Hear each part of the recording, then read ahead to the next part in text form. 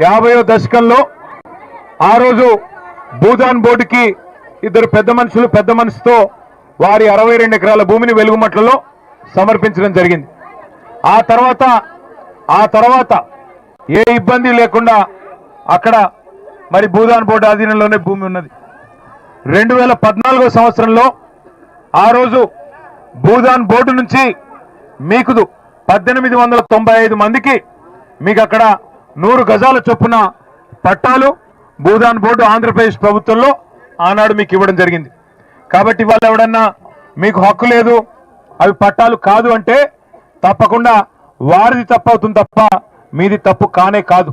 మీకు పట్టాలు ఖచ్చితంగా ఉన్నాయి. ఆ పట్టాలు నేను చూసి ఉన్నాను. 1895 మందికి 2014వ సంవత్సరంలో ఏప్రిల్ మాసంలో ఆ రోజు ప్రభుత్వ ఆధీనంలో ఉండే భూదాన్ బోర్డే పట్టాలు ఇచ్చింది. మైకు బాగా లేదు, మీరు గోల చేస్తే మీకినబడదు నాకినబడదు. వచ్చింది ఎందుకో కూడా మీకు నేను చెప్తా. రెండవది 2014 ఏప్రిల్ తర్వాత మరి మీకు ఎట్లా శక్తి ఉంటే అట్లా మీరందరూ ఎవరి శక్తి మేరకు వాళ్ళు అయ్యా నువ్వు మాట్లాడక స్వామి ఈయన ఆపేయండి. ఎవరి శక్తి మేరకు వారు ఆ రోజు ఇప్పుడే ఇక్కడ ఆగు స్వామి ఇప్పుడే అక్కడి నుంచే వస్తా ఉన్నా నేను మీ కాలనీ నుంచే. అక్కడ ఒక తమ్ముడు చెప్పాడు, అన్న నేను హమాలి పని చేసుకుంటాను, మా భార్య దగ్గర ఉండే బంగారం తీసుకుని సంవత్సరం కూడా కాలేదు తాకట్టు పెట్టి 7 లక్షల రూపాయలు ఖర్చు పెట్టి ఇల్లు కట్టినా అన్న, ఇప్పుడు నేను ఎవరికి చెప్పుకోవాలా? తమ్ముడు ఏడుస్తా ఉన్నాడు.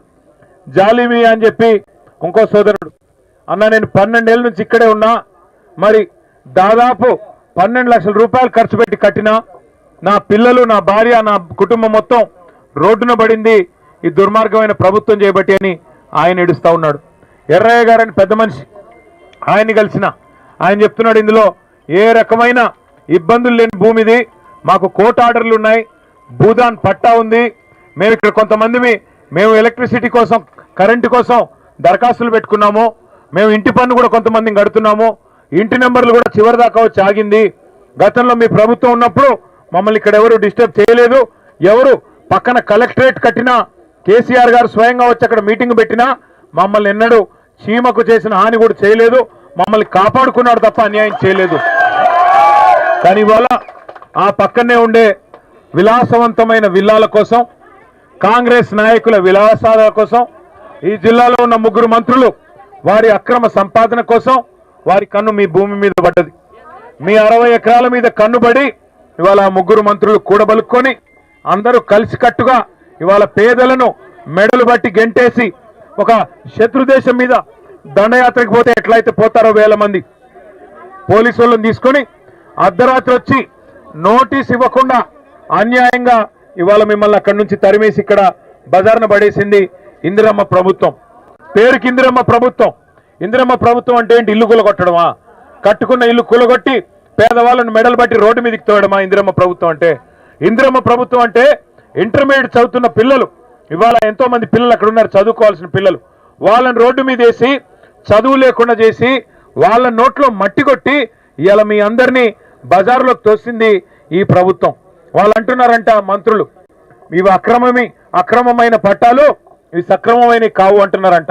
అక్రమమైన మీ పట్టాలు కాదు, సక్రమమైన మీ పట్టాలు. కానీ అక్రమమైన బుద్ధి, చండాలపు బుద్ధి, పేదల నోటికాడి బుక్కలాక్కునే బుద్ధి ఈ దుర్మార్గమైన మీ 3 మంత్రుల తప్ప మీది కానే కాదు. మీరు భయపడబాకండి, మీరెవరు భయపడవద్దు. ఒక్క మాట కేసీఆర్ గారు చెప్పమన్నారు మీకు, అది చెప్పడానికి నేను అజయ్ అన్న రవణ మదన్న అందరం కూడా వచ్చాం, ప్రవీణ్ అన్న అందరం కూడా వచ్చాం. కేసీఆర్ సార్ చెప్పమన్నాడు మీకు, ఇంకొక 2 ఏళ్లలో మళ్ళీ 2 ఏళ్లలో మీ దయతో మీ దీవెనతో మళ్ళీ సార్ ముఖ్యమంత్రి అవుతాడు, పేదవాళ్ళ ఆశీర్వాదంతో అవుతాడు. కానీ మీరు అప్పటిదాకా ఎదురు చూసే పని కూడా లేదు. మీరు అప్పటిదాకా ఎదురు చూడండి కూడా నేను చెప్పట్లేదు.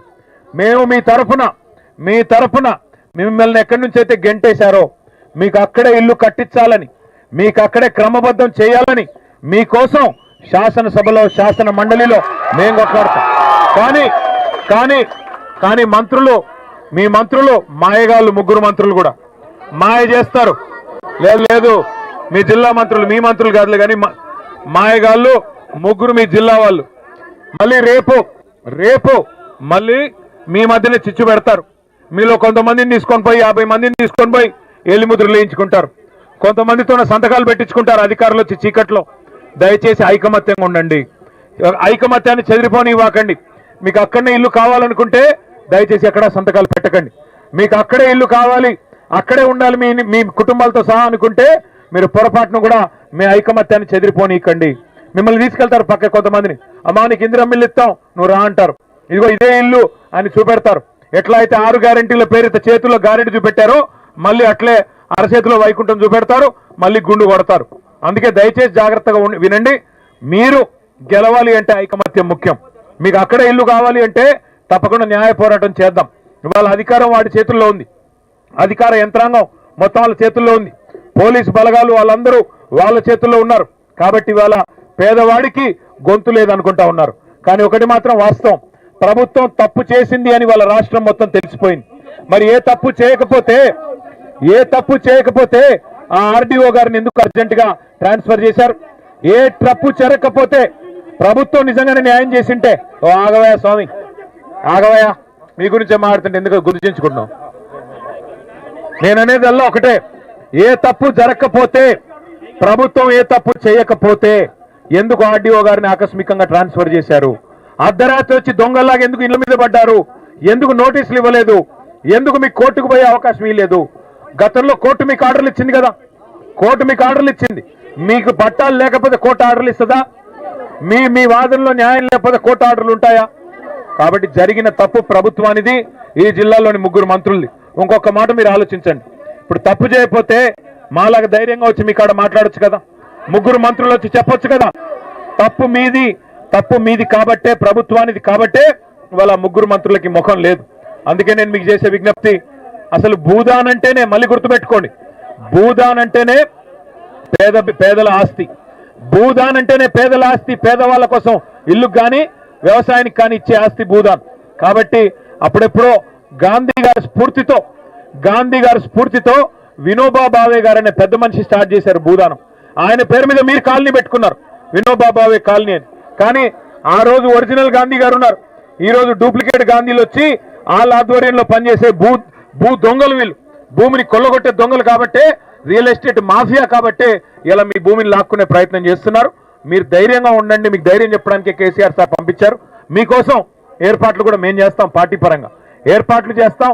మీకు భోజన వసతి కానీ ఉండేదానికి వసతి కానీ ఎట్లాగో అధికారులు పట్టించుకోరు, వాళ్ళు ఎలాగో చెయ్యరు. మీకు మేము ఏర్పాటు చేస్తాం. దాంతోపాటు మీకు న్యాయపరంగా పోరాటం చేయడానికి కూడా మీరు రూపాయి కూడా ఎవరి దగ్గర తీసుకోవద్దు, ఎవరు ఖర్చు పెట్టొద్దు, మేము పెడతాం. పార్టీ పరంగానే న్యాయ పోరాటం మీ తరఫున మేం చేస్తాం. తప్పకుండా మీకు న్యాయం లభించేదాకా మీతో ఉంటాము, కలిసి కొట్లాడతాం. కానీ మీరు ఐకమత్యంగా ఉండాలి. మీరు మళ్ళీ మీరు కొంతమంది చెదిరిపోయి సంతకాలు పెట్టి వేలిముద్రలేసి ఆయన ఏదో ఇత్తనన్నాడు, ఈయనేదో ఇత్తనన్నాడు అంటే మళ్ళీ శటకోపం పెడతారు, మళ్ళీ మోసం చేస్తారు. మళ్ళీ ఒకసారి 2.5 ఏళ్ల కింద ఎట్లా గారెడి చేశారు, అరిచేతిలో వైకుంఠం చూపెట్టి నెలకు 2.5 ఇస్తామన్నారు. మహిళలకు ఇచ్చారా? తులం బంగారం ఇచ్చినారా? ముసలోళ్ళకి 4,000 అన్నారు, ఇచ్చారా? ఏదన్నా ఒక్కటి చేశారా? పోనీ ఇందిరమ్మ ఇండ్లు అన్నారు, ఉన్న ఇండ్లు కూలగొడుతున్నాడు కదా. హైదరాబాద్ లో కూల్చివేతలే, హైడ్రా పేరు మీద రాష్ట్రం అంతటా కూల్చివేతలే, ఖమ్మంలో ఎలుగుమట్లలో కూల్చివేతలే. మొత్తం రాష్ట్రంలో మీ ఆస్తులు లాక్కోవడం తప్ప, మీ శక్తిని లాక్కోవడం తప్ప ఏం చేసింది 2.5 ఏళ్లలో ఈ ప్రభుత్వం? ఆలోచించండి. అందుకే దండం పెట్టి చెప్తున్నా, మీరు ఐకమత్యంగా ఉంటే మేము మీకు సాయం చేయగలుగుతాం. మీరు ఐకమత్యంగా ఉంటే మేము మీకు సాయం చేయగలుగుతాం. మీకు ఇక్కడ ఇవాళ ఉదయం కూడా కొన్ని పార్టీల వాళ్ళు వచ్చారు. తప్పకుండా ఇక్కడ అందరం కలిసి కొట్లాడదాం, మాకేం ఇబ్బంది లేదు. ఇందులో ఏం రాజకీయం లేదు, ఇప్పుడేం ఓట్లు లేవు. మాకేమి అర్జెంటుగా ఏం ఓట్ల కోసం తాపత్రయపడాల్సిన అవసరం లేదు. కేవలం మీకు న్యాయం చేసేదానికి ఎవరు వచ్చినా అందరం కలిసి కొట్లాడదాం. ఇక్కడ ఈ తమ్ముళ్ళు కొంతమంది ఉన్నారు, అక్కడ ఇంతకుముందు ఎర్రన్నలు కొంతమంది కలిశారు. అందరం కలిసి కొట్లాడదాం, మీకు న్యాయం జరిగేదాకా. ఈ దుర్మార్గమైన ప్రభుత్వం, ఈ ముగ్గురు మోసగాళ్ళు, వారికి బుద్ధి చెప్పేదాకా మీరు ఐక్యంగా ఉండండి. మీ తరఫున మొత్తం ఖమ్మం ప్రజానికం ఉన్నారు, రాష్ట్ర ప్రజానికం ఉన్నారు. న్యాయం కోరే ఎవరైనా, పేదవాడి సంక్షేమం కోరే ఎవరైనా మీ తరఫునే ఉన్నారు, మర్చిపోబాకండి. అజయన్న కూడా ఇక్కడే ఉన్నాడు, రవణ్ ఉన్నాడు, మదన్ ఉన్నాడు, అందరం మీకుతో ఉంటాం. మీకు అన్ని ఏర్పాట్లు భోజనం కానీ ఇంకోటి కానీ ఉండేదానికి కానీ మేము అవసరమైతే మొత్తం పార్టీ పరంగా మేమే చేసిపోతాం. మీరు ఎవరు భయపడవద్దని చెప్పి కోరుతూ, మీ కాగితాలు నా దగ్గర ఉన్నాయి, మీ పట్టాలు నా దగ్గర ఉన్నాయి. మీరు దేనికి భయపడొద్దు. కొత్తగా మీరు చెప్పేది ఏం లేదు. ఇప్పుడు అక్కడికి పోయి వచ్చిన, అక్కడ అందరినీ కలిసిన, దాదాపు 100 కుటుంబాలను కలిసిన, అందరూ మీరు చెప్పిందే చెప్పారు. మాకు అన్యాయం జరిగింది, మాకు పట్టాలు ఉన్నాయి, అన్నీ ఉన్నాయి, సక్రమంగా ఉన్నాయి. కేవలం ప్రభుత్వం, ఇక మా లోకల్ లీగల్ సెల్ కూడా ఇక్కడే ఉంది. ఏం పేరు? సుగుణారావు గారు, లాయర్ గారు. ఆయన గతంలో ఉద్యమకారుడు. ఆయనే ఇచ్చాడు నాకు ఇన్ఫర్మేషన్ మొత్తం. కోర్టులో కూడా మీరు రూపాయి ఖర్చు పెట్టే అవసరం లేదు, మొత్తం ఖర్చు పెట్టి మేమే కొట్లాడతాం. మిమ్మల్ని మళ్ళీ కంటికి రెప్పలా కాపాడుకుని మీ ఇల్లు మళ్ళీ మీకు వచ్చేలాగా చేయడం మా బాధ్యత. దయచేసి ఎవరు కంగారు పడొద్దు, ధైర్యంగా ఉండాలని చెప్పి కోరుతా ఉన్నా. థ్యాంక్ యూ, అందరికి నమస్కారం. Thank you.